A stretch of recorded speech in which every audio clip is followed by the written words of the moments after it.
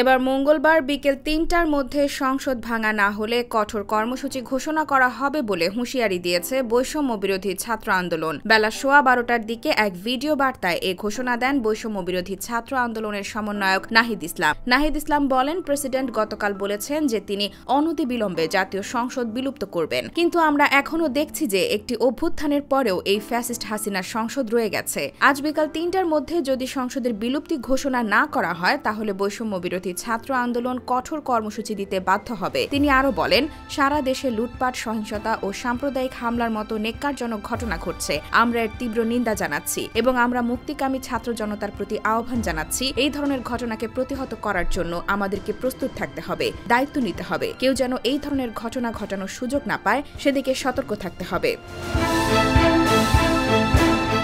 IBTV USA, new York.